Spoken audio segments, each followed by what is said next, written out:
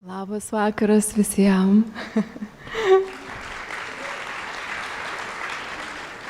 Prieš pradėdama šiandien paskutinę šitos 5 konferencijos dalį, kuri bus labai tokia raminanti ir meditatyvi, trumpai noriu pasidalinti su jumis, kokį momentą kartu su manim jūs šiandien liudysit.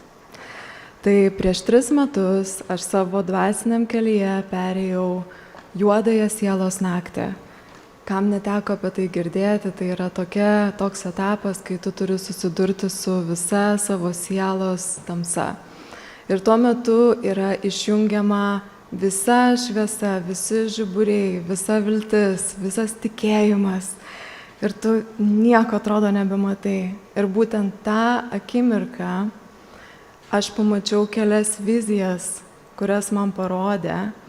Ir viena iš tų vizijų buvo, kad aš lipu ant didelės scenos, žinodama, kad atliksiu kitokio tipo kūrinius, nei atlieka dabar didžioji dalis žmonių, kurie lipa ant didelės scenos. Kad tai bus harmoninga, gydanti, sielą paliečianti muzika. Ir patikėkit manim, tuo metu, prieš 3 metus, aš nieko panašaus gyvenime nedariau. Ir tai buvo neįtikėtina, atrodė neįmanoma ir beprotiška. Bet aš tiesiog sekiau savo sielos vedimu ir kaskart sakydavau taip, taip, tam širdies kvietimui, kai mane kviesdavo eiti. Ir šiandien dieną jūs liudija tą momentą, kai ta vizija, kurią aš mačiau prieš 3 metus, tampa realybė.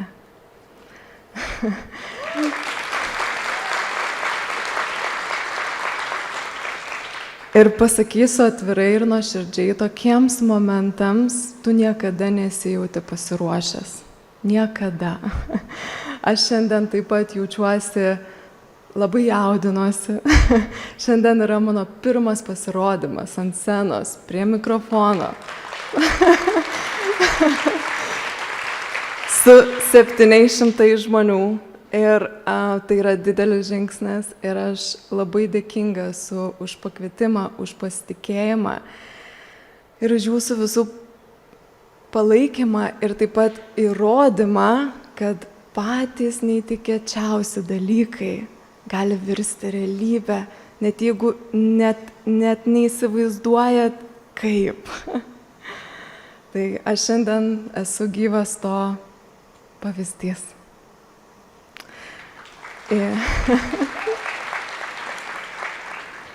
Ir kadangi tikrai jau esate, ko gero, visi pavargę, tai šita melodija, šitas mano balsas, jūs ves integruoti viską, ką šiandien pasiėmėt, visas žinias, emocijas, suvokimus. Tai aš kviesiu jūs arba užsimerkti, jeigu jausit su manim kartu paniūniuoti, padainuoti, jeigu norėsit prisidėti ir tiesiog jausti.